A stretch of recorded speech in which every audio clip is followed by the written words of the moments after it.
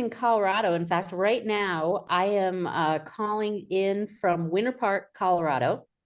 And when we wrap up, I'm getting on my mountain bike, and it is beautiful, sunny, crisp, Nice. spectacular early fall. Yeah. Wonderful. Wonderful. Well, thank you for making this happen. I know we just met, oh, golly, I want to say about 6 months ago. Yeah. And it all started with you speaking for the Listening Association. And, we're both members of, and so, we connected, I think, because of that. And you reached out on LinkedIn and asked me a question, a powerful question, which then turned into a conversation, which then turned into a Zoom call, which then turned into a friendship. And so I want everyone on here to know, I mean, we're talking about expanding, grabbing new market share. If we said nothing else, your action of sending a question via LinkedIn, Tim, I'm curious, I could read it verbatim, but it's something along, I'm curious, why are you interested in listening? What got you interested in listening? That question alone, I mean, I actually had to chew on that question a little bit before answering you. Yeah. And then I diatribed on you, but and here we are. So Yeah. case in point, if you took nothing out of today, we have to go take the actions that Jeff's talking about, that Victoria's talking about, that our roundtable talked about. And now Allison's gonna, oh my gosh, I'm so excited. She's gonna take us into a journey of how to make that conversation stand out way up here. So Allison joins us. She is an acclaimed listening trainer. She works with ECHO. That actually stands for something. She may share what that stands for. And she joins us, like she said, from Colorado. She's a mountain biker. She was a loan officer for how many years? Oh gosh, a decade? A decade. So I know some loan officers are on the call today. So you'll really just tune in here, because she has taken and crafted this down to some just some crisp points today that she's going to make all around initiating more sales conversations and really getting us to see a conversation just a little differently today. So Allison, thank you for joining us. Yeah, thanks for having me. It's exciting to be here. Absolutely. Well, my goodness. So, just you said something when we were prepping for this. You said something to me that just completely took everything and kind of reframed it for sales. You said sales is a natural, organic outcome of a really good conversation. So, like, tell us about that. Yeah, I would love to. So here's what I think. So often when we're stepping into sales-oriented conversations, we come to it with this mindset that is really unhelpful for having a meaningful and valuable interaction, right? So we're afraid of how we're going to be perceived. We're afraid of some of this negative connotation that comes with sales. Maybe we have a lot of pressure because we've got a quota and we haven't met it yet. Whatever that is, that's underneath us entering into that conversation with a prospect, a buyer, it's getting in the way of listening. And listening is what allows us to really connect on a level that meets people's needs. So a sale is just this natural outcome. It's this organic outcome of having a conversation grounded in listening, where we're able to serve, we're able to meet a need.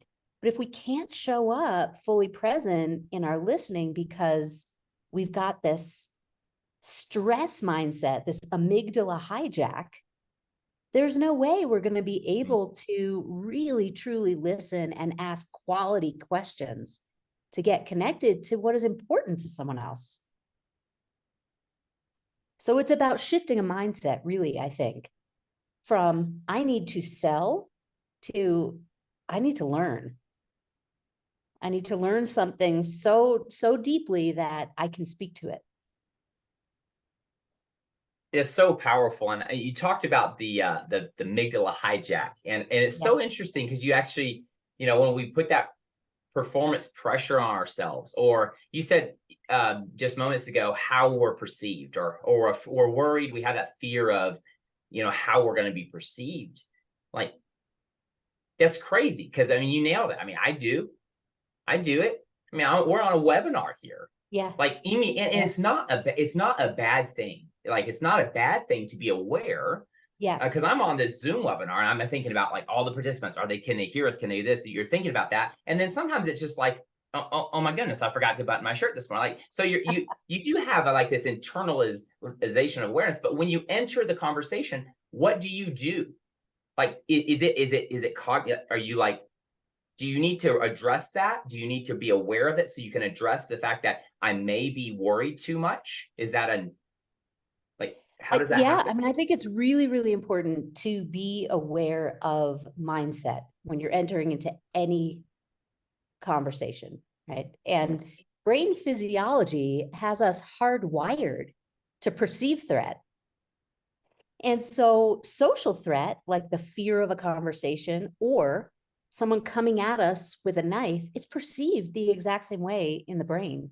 The amygdala responds, sacrificing accuracy for speed, and our listening shuts down until we're able to re-engage that thinking, reasoning, discerning part of our brain called the prefrontal cortex.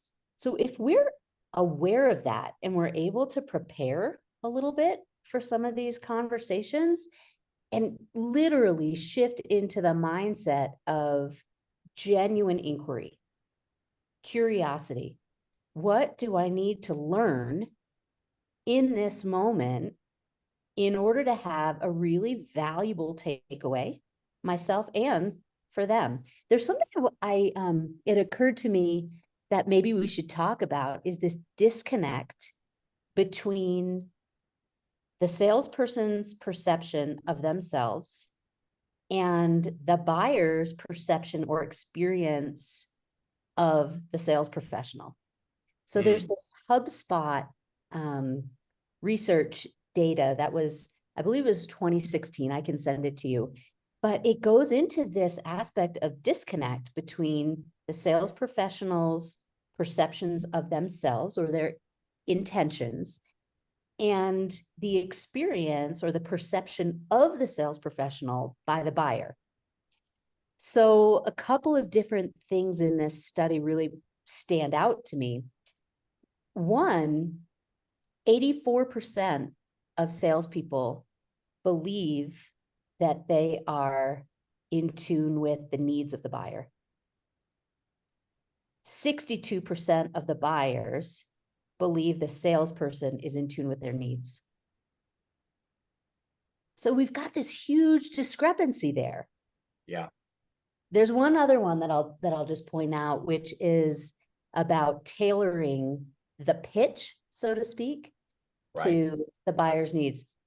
Sales professionals, let me just make sure that I have my my stat correct. Yeah, sales professionals say 71% of them say they tailor their pitch to their buyer's needs.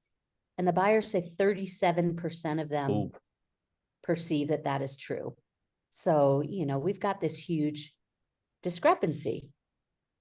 And we could talk about this idea of pitch as well. I'm not a big fan of the pitch. I believe in agility, showing up, malleable, able to adapt because we've asked really good questions that we can speak to. Allison, it was a pleasure meeting you a couple of weeks ago, and you hit on one of my key buzzwords, and that's curiosity. Tim and I have talked about it. I am just generally curious. My curiosity of understanding in a relationship or in a buying scenario, of really understanding a lot of things. I mean, I'm just one that's just generally curious. If Tim buys something, I want to know how much it is so that I can then rate it in my thought process of how it relates to the rest of the world, and on and on and on. It's probably ad nauseum though. But my curiosity, my general curiosity about the world and in a buying scenario leads me to do, I would think, very much better discovery than someone that is robotic. Jeff talked a little bit about, we don't want to be robotic. Is there, I know we're here to talk about listing and listing styles, and are people just born with a general curiosity and they don't have it? Because I've seen sales folks that like they're not the curiosity isn't there. Is there a way to up their curiosity game, or is it really about a comfortability that if I learn my listing style and I'm comfortable, then I put that in with comfortability of silence, that 2-3 second silence that everybody just fears. I might have thrown you in a whole different way, but there were a couple different questions in there. Yeah.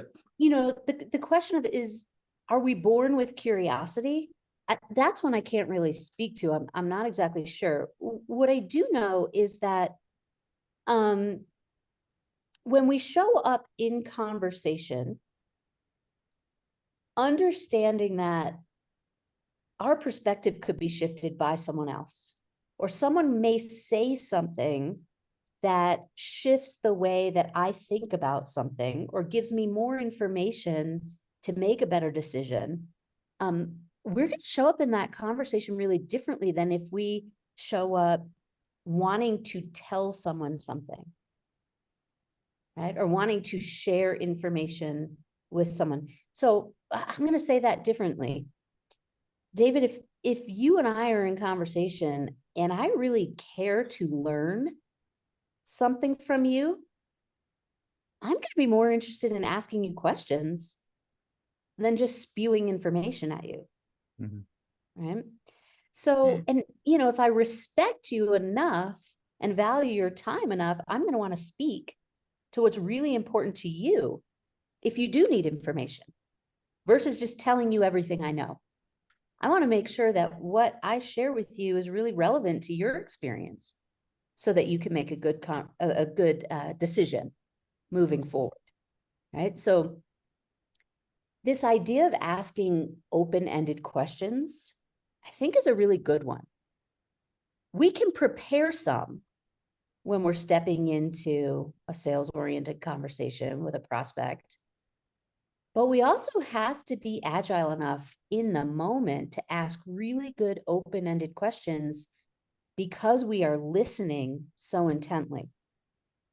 So it's a little bit of a chicken and the egg kind of thing, right? Do we ask really good open-ended questions first, or is our listening, does that inspire really good open-ended questions?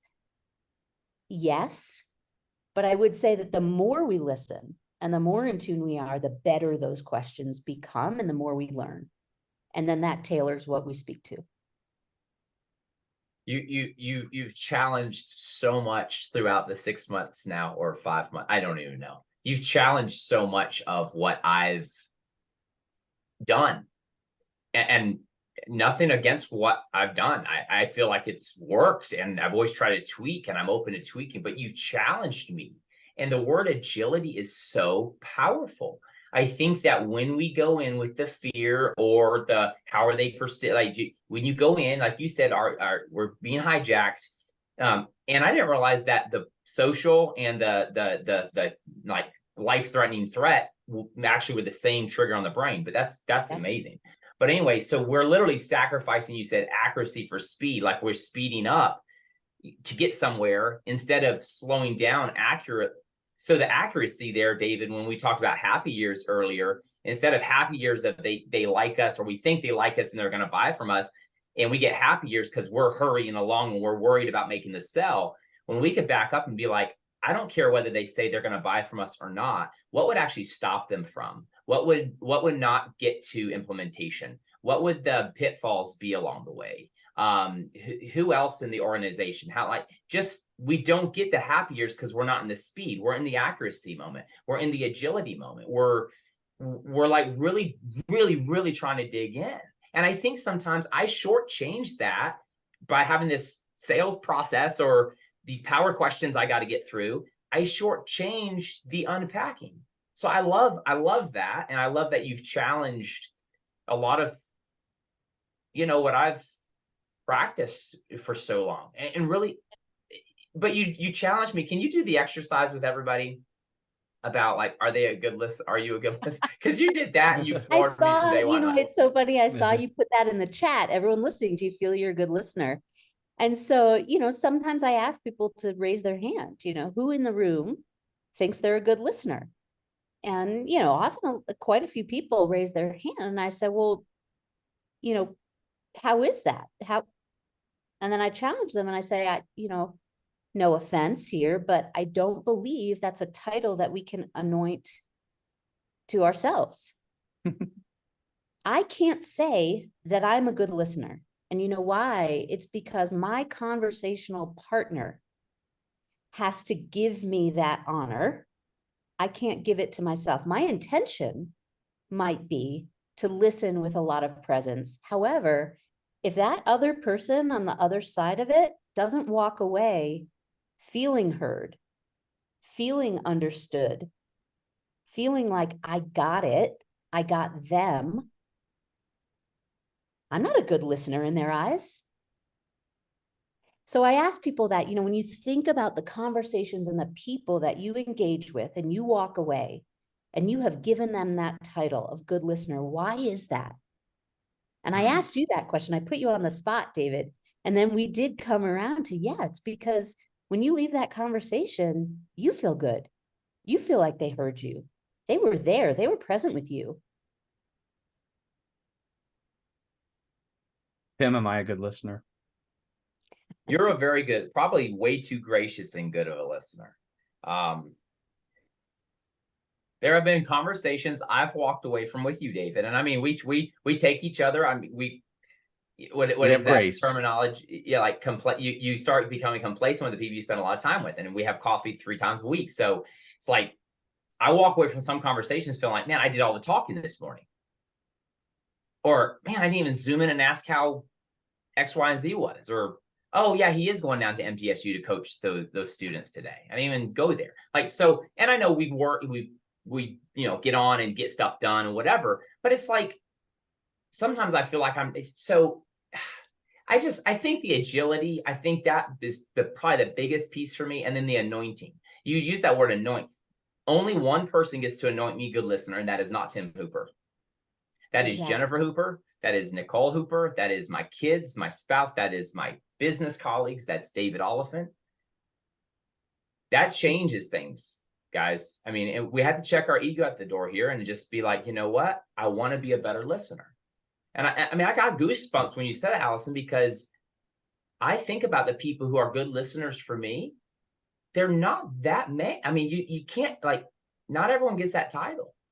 Yeah. What I found, it's interesting. I'm thinking of early stage sales professionals, especially when they're in a new solution and they're so nervous about the question that could come at them, and they won't know how to answer it. And there's all this uncomfortability, and they build all this stuff inside of their head. So they come in and they literally just throw it all out there and aren't listening at all. And so again, getting outside of your own mind and leading them, like be uncomfortable that there might be, be comfortable with being uncomfortable, and a question that might come up that you don't have the answer to is fine. It proves that you're listening, or but there's so much, especially with new sales folks, they're very nervous in this, and I would think that helping them grow their listening skills would be almost a better place and I love what Jeff said, coach, but yet trainer. Like, we're trainers. We think about coach. Coach is like on the sidelines, but a trainer's in there in the gym with you. But helping them grow in their listening and being more comfortable with other things. But I just think of new salespeople just blah, blah, blah, blah, blah, and that's not a good experience. Well, when you think about typical sales training, there isn't really a science around listening component to it. Typically, we're taught in sales training to speak. Think about this. In sales training, especially when we're new, we're green, we are taught to be prepared for objection. We are taught to overcome objection and turn a no into a yes.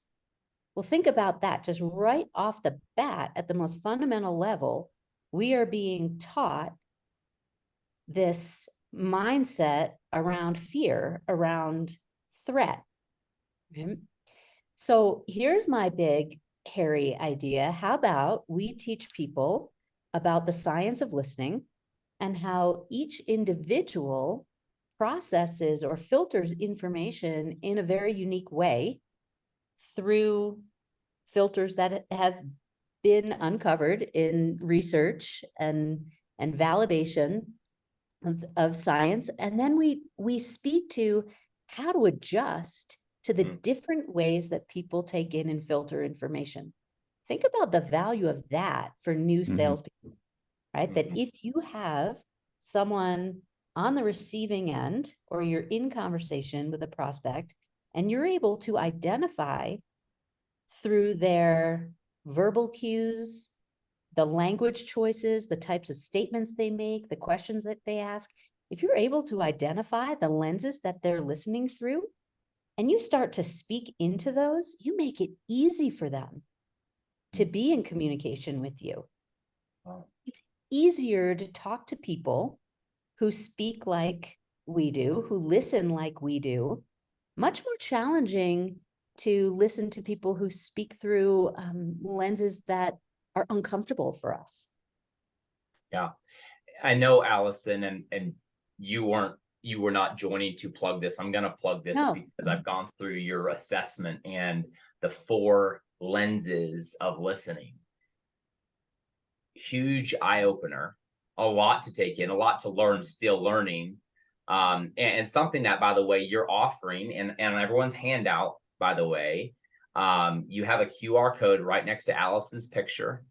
You scan that. She is basically gifting our audience free listening assessment for yourself. Now you'll learn the 4 different style or lenses in your assessment. You'll learn the different ones and which you are, which will also help you probably be able to draw some dots or connect the dots to some of your listening partner, your conversation partners. So I highly encourage you to do that. She has a special code for us today. We'll share at the end of this talk. So I want to get back to what you were just saying there about adjusting and adapting to our conversational style. So when we're talking about initiating more sales conversations, be more aware of the 4 lenses and the science behind listening and how they're hearing us. Talk a little bit about like what goes into that. I mean, because I think sometimes we are starting all of the sales conversations from our lens, and we'll be successful to a point with that. But we could be more, as we're talking about growing market share, growing our sales, we could be more successful opening up more doors and conversations if we'll just stop and consider who it is I'm reaching out to. Who it is I'm talking. So talk a little bit about that when it comes to starting that conversation. So let me just explain this concept of agility and this, what I've spoken about before, listening intelligence. And so listening intelligence is exactly that. It's this agility that we can develop over time when we understand ourselves, we're aware of our own habitual filters and preferences, we're willing to be present in the moment to acknowledge where we're at. Are we using filters and preferences that are really valuable in this situation, or do I need to shift? There's a second component to listening intelligence, which is connecting to our conversational partners, or in this case, our buyers, our prospects. What's important to them? And I can do that. I can connect by being really attuned to the types of questions that they ask, the language that they use, their word choices. That tells me a lot about what's important to them. When I connect to that, I can be agile. I can adapt or adjust how I share, how I ask questions to have more meaningful conversations that ultimately might have this organic outcome of sale where I can meet their needs. So listening intelligence is really the fundamental principle. The assessment itself is just that. It's a tool or an instrument that gives us greater insight into ourselves. It doesn't stop there, though. That's just one piece. We have to take what we learn and then put it into action over and over again and become reliable with this skill that we can develop, that we can train. reference what you were talking about earlier. And I'm going to be really, really honest and transparent that sometimes I do not do this well. There are times when, distraction gets in the way and we have to just, catch ourselves and pull ourselves back into that present moment and re-engage in a conversation. Here's the thing. When we find ourselves distracted or checked out or disengaged, it's on us to get back in it, to re-engage. We often blame our conversational partners, right? Like they're boring or they didn't speak to something that was important to me. Sometimes it's on us. We have to take the onus. I need to ask a question in order to learn something, in order to re-engage. So listening to learn, we're much less, what's the word that I want to use? Susceptible to distraction if we're learning, if we're interested in something. That's so interesting. I have a question. Yeah. And I guess we choose to listen at different levels. Like, why would I be a better listener on this and in the sales process than I am at home? What other things creep in? You said, distractions can creep in. Anything can creep in. Any emotion, I guess, can creep in. Anger or frustration. I'm not at my best listening. What? Distractions are a big one. And I love brain science. I geek out on it a little bit. But here's something: we are hardwired to be distracted in conversation. One of the reasons is that our brains have the capacity to process upwards of 400, sometimes depending on the study, 700, 750 words per minute. Well, the average person speaks 125 to 150 words per minute. So our brain is just naturally hardwired to be distraction. We have a lot of excess processing power that we can use while we're in conversation. So let's say we're in a sales-oriented conversation. I've asked my prospect a question, and let's say they're speaking more slowly than I'm able to process. What am I doing with that 75% of my excess processing power in my brain? It's very likely that I'm thinking about the next thing I'm going to say, maybe even thinking about that next thing that I have to do, feeling like I want to check my messages or if I'm on a Zoom, I might want to just check my email really quickly until they finish speaking. So if we are aware of that, if we're aware that we are hardwired to be distracted in conversation, and we set that aside and compartmentalize it and just tune in completely to our conversational partner, what are the chances we're going to have more connection? Yeah. Largely. Mm-hmm. So, and think about that at home. You asked that question. What's the difference between home and work? David, how often are we at home and we're speaking to someone or someone's speaking to us, and we're also on our phone, checking an email, scrolling the gram, whatever that is. The TV's on in the background. The cats are jumping up and down. Mm-hmm. There is this environment. Great quote by a gentleman named David Augsburger, and it blew my mind when I came across it. But his quote is, "Feeling heard is so close to feeling loved that for the average person, the two are indistinguishable." Now I'm so sad. Think about that, and what if, I'm going to throw something really bold or woo-woo out there, because I am from that area, right? What if we entered into some of these sales conversations from this place of love, connection, meeting needs, to be of service?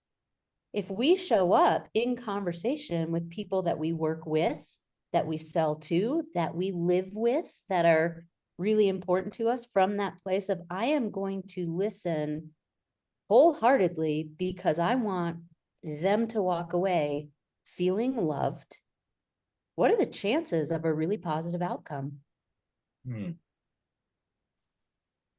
Wow. Allison, wow.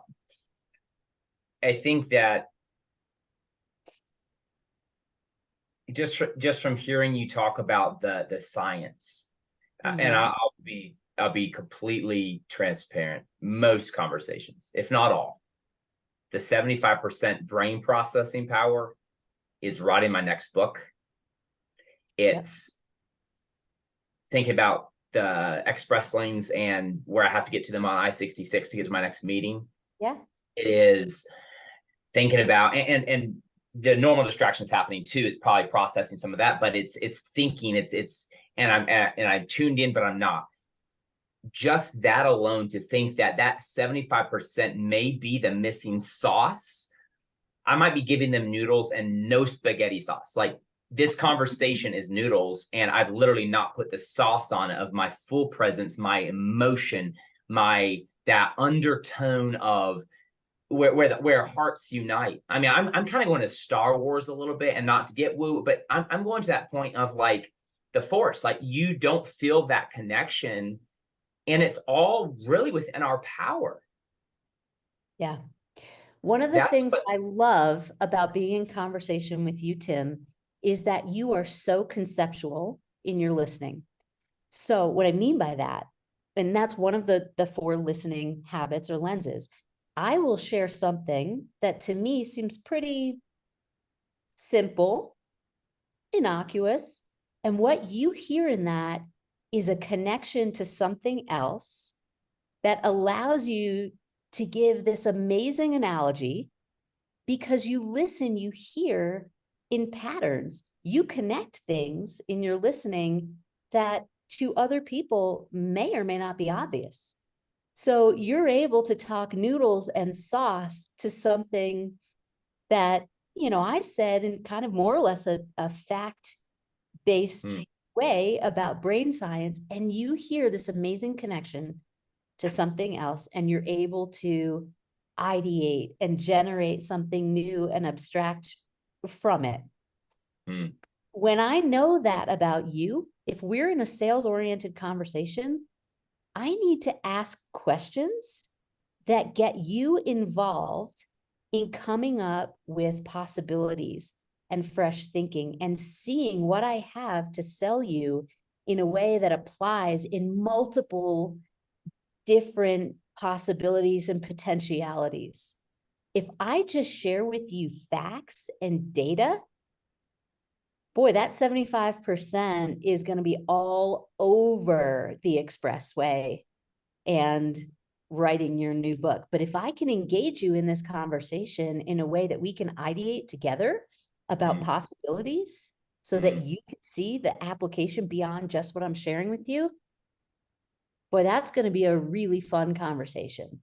And when you walk away, you're going to feel like we were in it together. Yeah. Wow. I like that you used me as a case in point there, because I was actually going to share or ask you, kind of flip the script on you a little bit. And we did not plan this. Okay. What if I had not responded? Say you really wanted me as a client, you saw some of my work, you wanted to speak with, do something together, like whatever. Say you sent me a LinkedIn message and I didn't respond. What would happen next for you? So that's a really, really good question. And you're putting me on the spot a little bit. You would stay in the number 4 quadrant. Sales. You'd be in the number 4 quadrant, Tim. You would have X'd me. You're number 4. No. And we're just... Here's the thing. Blind outreach on LinkedIn for sales is tricky, because everyone knows when they receive a LinkedIn message that is sales oriented, someone is trying to sell me something. Okay. Right. So I don't use LinkedIn in that way. I use LinkedIn to make connections that are meaningful and interesting to me, and learn about other people in the business, learn what other people are doing, what inspires them. So I personally, this is why this is such a difficult question for me, is Sure. I don't use LinkedIn in that way. Gotcha. Well, I would say most connections we receive, you will connect and then you'll get that. Well, we have a lot of casual connections, but if somebody's connecting with me to sell, usually you get you connect and then there's the message right away. And you know, this happens to all of us on this You call. feel it. It's and cringy. you feel it. And it's kind of the standard, sometimes even nowadays, feeling AI generated. It's just, or they've hired somebody out and doing it and you just feel it. So right away, it's not a really good conversation. So I will say something that maybe, again, conceptually, you don't even realize you did well. I think you do, but maybe you didn't use it for this way. I wanted to connect with you because you engaged me with a question of why we even were in the same boat, like why we're even in the same association. So you engaged me with a question, and back to what you said earlier about challenging, like everyone's big, hairy, audacious goal here of sales conversations is go into it just wanting to learn about that person, just wanting to learn more about what makes them tick and why they're engaged with this one thing. And if that was it, and we went in for a really good, and I like that you said really good conversation, because when we walk away, was it a really good conversation? Yeah. Well, here's something funny with our connection, Tim. When you saw that I'd be speaking for ILA, or International Listening Association, and sent me I don't think it's called a friend request on LinkedIn. No, it's connection request, but yeah. Request, right. And so what I did, and I do this every time I get a request on LinkedIn, is I went to look you up and learn about you. What's important to you? Let me look at your background, not to see, can I sell you something, but and I saw we had the mortgage industry in common. Okay? Interesting. And I looked to see what is it that Tim and I share that gives us some kind of connection. And so when I responded to you, I said, yes, absolutely. I'm going to accept this connection request. And then I responded to you and I said, hey, I see we have this thing in common. And I'm really curious to learn more about XYZ, whatever it was that I asked you. And that to me is where I really vibe with LinkedIn, is how can I see commonality? And when I talk to Tim, if I can't meet his needs, if I'm really in tune and listening really well, I might be able to be a conduit that gets his needs met because I know someone else that can be of service to him. So sales conversations for me are about connection and being that conduit versus closing the sale. Does that make sense? Yeah. Tim and I are smiling because Energy4Sales is connection that counts, and connection that then in time could convert. It's all about the connection. David, you nailed it. Allison, one thing that when we're coaching sales teams is, people say, well, I'm just starting out. I'm not a sales professional yet. I don't have all the skills. And we always just share, like, if you're worried you can't connect like a sales professional, and professional air quote, don't. Connect like a human instead. You can always fine tune some sales skills, the craft of the follow-up, the craft of the reach out. And we're here today on this Saturday morning, on Football Saturday, learning, because we're bringing the heart of this out, is like connection that counts is not if we think it counted. Connection that counts is if they think it counted. So I love that you said that. And I didn't mean to circle back this way at all. But the fact that you didn't reach out on LinkedIn for any form of a sales conversation, and that you said, because I assumed, because of the power of the question, I made an assumption that this was your standardized approach and reach out. The fact that you don't use LinkedIn in that way for sale, which is phenomenal. It blew my brain just today. So there you have it, folks. Like, we had this conversation. We're here today because of genuine curiosity.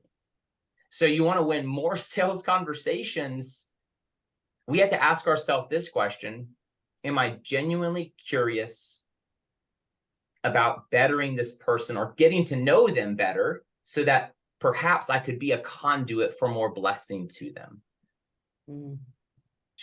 And then the magic question you share with us, Allison, me and David, when we prepped, I'm just going to put in the chat as we end, is how do I need to show up in order for them to anoint me, and I'm using your word there, a good listener? So what would you challenge? I mean, just in closing, you get the golden microphone. What would you challenge all of us to take away from this talk? Like, one or two things to apply into our sales conversations. The most important thing, I think, in any conversation, and a sales conversation certainly, but in any conversation, is sensing where we are in that moment. How present are we? If you can show up fully present in a conversation, the chances for connection and any kind of meaningful, valuable outcome increase exponentially. If I am distracted, if I'm worried, if I feel pressure to fill a quota, the chances of being present and just succumbing to those distractions go up. So being able to really slow down, take a deep breath, and be fully present, that is your magic bullet in any conversation, in any relationship, any interaction. Wow. Yeah. It's that simple. Not easy, but simple. Not easy to do, but simple. Well, Allison, again, thanks for joining us. The code, guys, all of you who listen to the end here, yep, you guessed it. It's Energy4Sales. So when you scan the code on the handout and take, Allison, what was it, 10 minutes maybe? It didn't even take me 10, I don't think, but it's about 10 minutes. 10 minutes. And they will receive from you. Can you explain that real quick? They will receive from Echo Training. They will receive this, how many page assessment? Yeah, so the assessment will take you no longer than 10 minutes from start to finish. I promise you that. It's 10 questions, forced ranking of 4 answers. When you take it, really try to answer from the perspective of how you would show up or respond in a work setting versus a personal one. Use a laptop, a desktop, a mobile phone.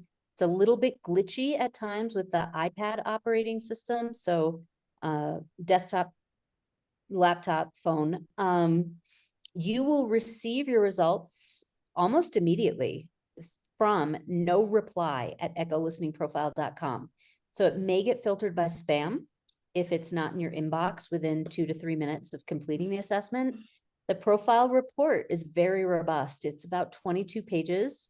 It talks about your listening profile. It also gives insight into how your profile works with the other 4 habits, some insights that you can immediately put into action in shifting some of the behaviors around listening and communication. And then I'm always here if you have questions.